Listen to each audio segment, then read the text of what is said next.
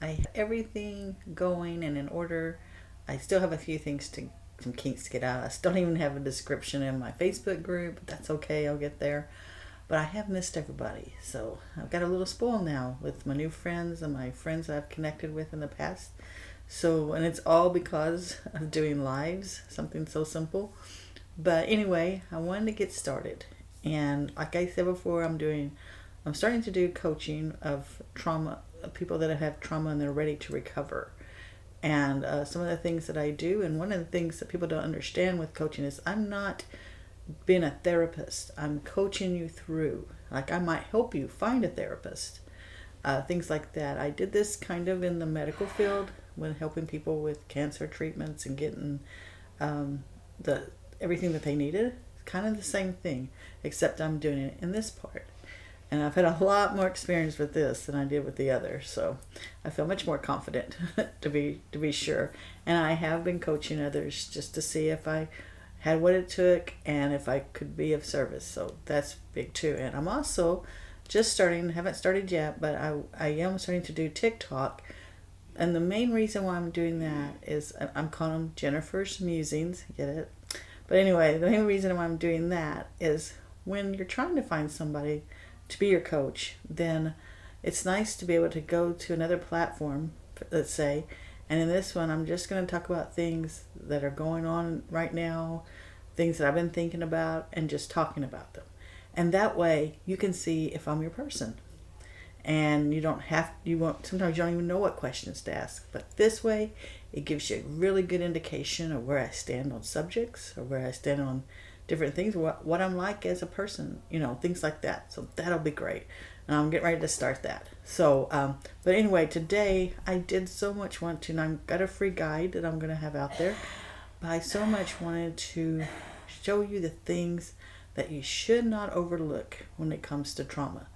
And we'll go over what trauma means and all that. But I just wanted to go over these first, and there's 4 little things that were big pivoting points for me.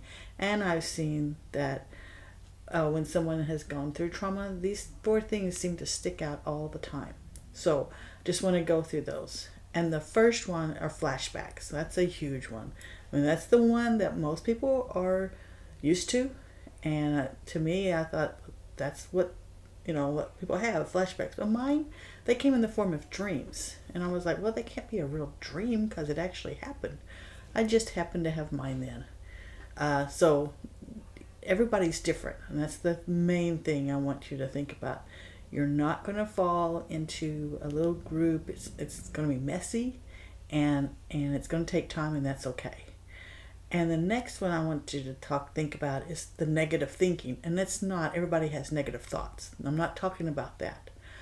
I'm talking about any situation that comes up in your life, good or bad, your first thought is to go to a negative thought. That is completely different. So I definitely want you to think about that. And I'll go into these more, but I'm just kind of giving you an overview right now. And the next one is, the physical reactions. That one I had a lot. Yes, I still do. You can be thinking about it. Somebody can bring up the subject, and you literally have no control. Your fight or flight will come into effect there. You could throw up. You can feel like you're going to throw up. That was a big one for me. You can hyperventilate. You literally don't have any control.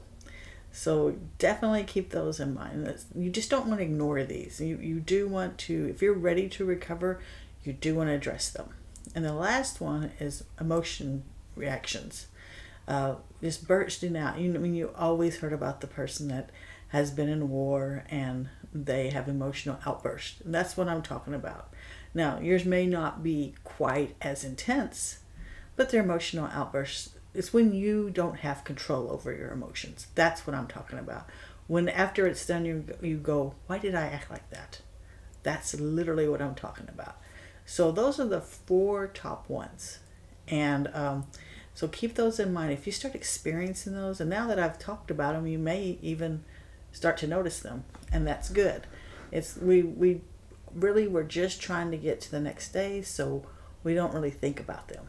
But anyway, do go ahead and join the group. I put the link in the description.